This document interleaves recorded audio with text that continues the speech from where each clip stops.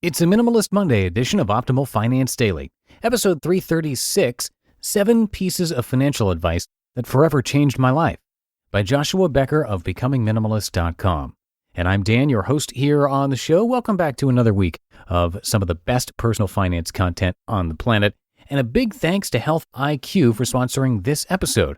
Health IQ is using science and data to secure special rates on life insurance for health-conscious people. You can learn more and get a free quote at healthiq.com/finance. Again, that is healthiq.com/finance. Check it out. And to keep things minimal for this Minimalist Monday, let's get right to today's post as we optimize your life. 7 Pieces of Financial Advice That Forever Changed My Life, by Joshua Becker of BecomingMinimalist.com. Motivational speaker Jim Rohn famously said, "We are the average of the 5 people we spend the most time with." One significant reason this happens is because of their example and model. As we recognize their positive aspects, we seek to emulate those characteristics in our own lives. Another reason is because of the conversations we have and the advice we share. The more quality time we spend with people, the more nuggets of wisdom we begin to hear from them. Over the years, I've been blessed to have countless positive influences in my life. Their example and their wisdom have shaped me in every way, including my financial practices. Here are 7 specific ways. The 7 most life-changing pieces of financial advice I've ever received. 1. Quote, "Most people who overspend their income do so in one of 3 ways. 1. Too much house. 2. Too much car. 3. Too much entertainment." Financial Advisor, 2008. I made a passing statement to a financial advisor friend of mine one particular evening over dinner. I had no data to back up the claim. It was purely an observation made on anecdotal evidence. I told him that most people I know who are living in debt seem to carry a monthly car payment. That's when he offered the financial advice above in the form of his own personal interactions. There are outstanding circumstances for sure, like medical emergencies, tragedies, job layoffs. But generally speaking, if you have a hard time living within your income, check your spending on your home, your car, or your entertainment, like dining, tickets, and trips. I have tried to keep all 3 modest ever since. 2. Quote, "Begin your marriage living on just one income." My boss in 2000. My wife and I got married in June 1999. During our first several years of marriage, we both worked full-time jobs. My boss at the time, a man I looked up to in countless ways, offered me financial advice one day during a short conversation by the coffee maker. He suggested, even though both of us had steady incomes, as a newly married couple, we should work hard to live on just one of the incomes and save the other. So we did.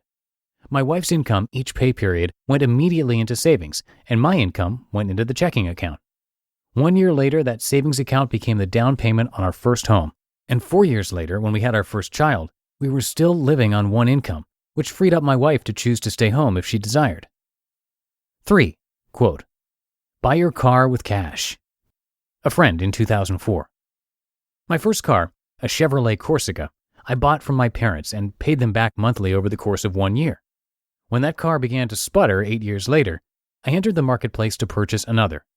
Talking it over with my friend one day over a roast beef sandwich, he offered me his thoughts. Quote, "Whatever you have in savings, make that your budget for your next vehicle, even if it isn't much. Then, rather than making a payment to the bank on your existing car, begin making a monthly payment to yourself for your next car. Whatever you would have paid for a car payment, put it into a savings account. When your next car dies, you will have a bigger budget for the next one. Then repeat the cycle. You'll be surprised how quickly you're able to upgrade your vehicle over the course of your life." End quote. This is advice I have never strayed from, and it's totally true. 4. Quote, "If you can't keep a monthly budget, use a spending plan instead." A writer in 2009. In 2009, as we were just beginning our journey into minimalism, I was introduced to the idea of a spending plan.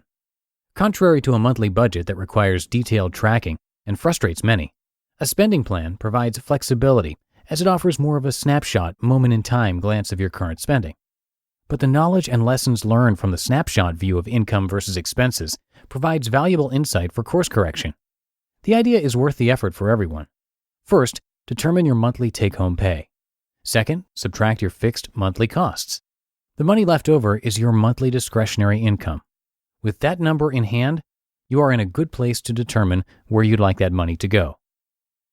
5. Quote, you are never too poor to give. Parents, 1979. Growing up, there was not excess money around our home. In fact, only years later did I begin to hear the stories and understand how tight it was at times. The most significant involves a local grocery store raffle contest that happened to draw my parents' names on the very week they seemed entirely out of options to feed their young family. And yet, through it all, my parents lived with a simple philosophy on generosity. We will give to charity, and we will teach our children to do the same. Their example and their advice have revolutionized my life and my view of money. No matter how tight my money situation has been over the years, I don't think I have ever missed the opportunity to give away at least a small portion of every paycheck I've received. This is not because I made lots of money. Quite the contrary. It's because I learned from a young age that generosity has rewards of its own and is always worth the sacrifice. 6. Quote, never take a job just because of the money. Always consider the money, but never let it be the determining factor. A Mentor, 1998. In 1998, following a 2-year internship after college, I began the search for my first full-time job. I remember at that time seeking the counsel of a spiritual mentor of mine. Sitting across from his desk, I asked about money and how much I should let that factor dictate my decision. He responded with some of the best advice I've ever received. Quote, Joshua, you need to consider the money. A job that pays too little or seeks to take advantage of you will ultimately add stress and worry to your life and keep you from doing your best work, so you have to consider it. But never let it be the most important determining factor in your search. Always consider your talents and skills and strengths and the opportunity to make a difference in the world first. End quote. I have tried throughout my life to consider income in the jobs I have taken, but have never allowed it to be the most determining factor, and I have literally no regrets concerning the path that career advice has taken me on. 7.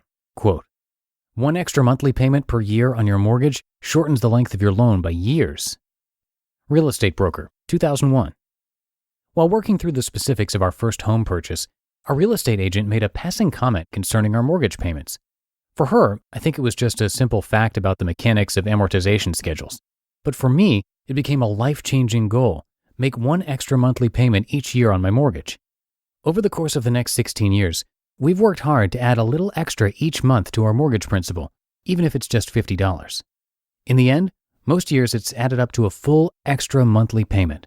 As a result, we're on track to have our mortgage fully paid well before 2031. And for that, I'm forever grateful. You just listened to the post titled 7 Pieces of Financial Advice That Forever Changed My Life by Joshua Becker of BecomingMinimalist.com.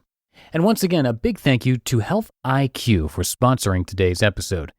Do you exercise or work out daily? Then you definitely deserve lower rates on life insurance. Health IQ uses science and data to secure special rates on life insurance for health-conscious people, including avid cyclists, runners, strength trainers, vegans, and more. Research shows that if you frequently exercise with intensity, you have a 22% lower cancer risk, 56% lower heart disease risk, and up to 34% lower risk of early death. But historically, life insurance companies penalize you for family history, BMI, and other attributes, yet you don't get rewarded for being active and health conscious. And that's where Health IQ comes in.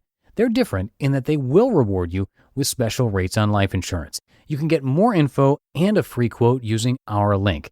Check them out at healthiq.com/finance. That's healthiq.com/finance. And that's a wrap for another of our Minimalist Monday shows. I will be back at you tomorrow with a post from Sam of Financial Samurai. So I'll see you there, where your optimal life awaits. Hello, Life Optimizer. This is Justin Malik, creator and producer of this podcast, but also Optimal Living Daily, the show where I read to you from even more blogs covering finance, productivity, minimalism, personal development, and more, from incredible bloggers like Derek Sivers, Zen Habits, Mark and Angel, The Minimalists, and all the ones you hear on this show too. So if you enjoyed today's episode and like taking amazing blogs on the go, come on over to Optimal Living Daily and subscribe to that one too. And together, we'll start optimizing your life.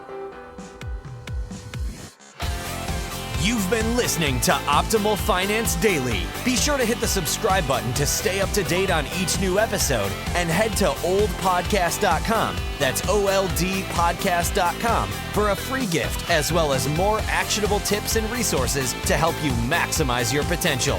Thanks for joining us, and remember, your optimal life awaits.